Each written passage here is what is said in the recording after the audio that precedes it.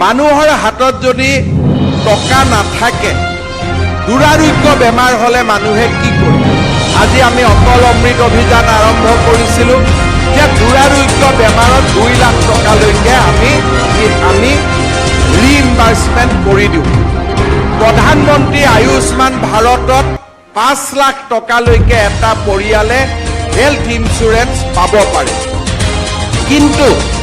আয়ুষ্মান ভাৰতৰ কাৰ্ড আমাৰ মাজত নাছিলে ইয়াতেতো বহুত মানুহৰ আয়ুষ্মান ভাৰতৰ কাৰ্ড নাই সেই কাৰণে হস্পিটালত গলে আমি বহুখিনি টকা ভৰিব লাগে আৰু বহুত ক্ষেত্ৰত টকা ভৰাৰ ভয়ত বহুত দুখীয়া মানুহ হস্পিটাললৈকে নাযায় সেইবাবে এইবাৰ আমি নতুনকৈ কি চিন্তা কৰিছো যে আমাৰ যিমান মানুহৰ হাতত ৰেশন কাৰ্ড আছে তেনেকুৱা প্ৰত্যেক মানুহকে আমি আয়ুষ্মান ভাৰতৰ কাৰ্ড আমি দিব খুজিছো ইয়াৰ ফলত কি হ'ব যে ৰেশন কাৰ্ড থকা প্ৰত্যেকটো পৰিয়ালে 5 লাখ টকাৰ প্ৰত্যেক বছৰে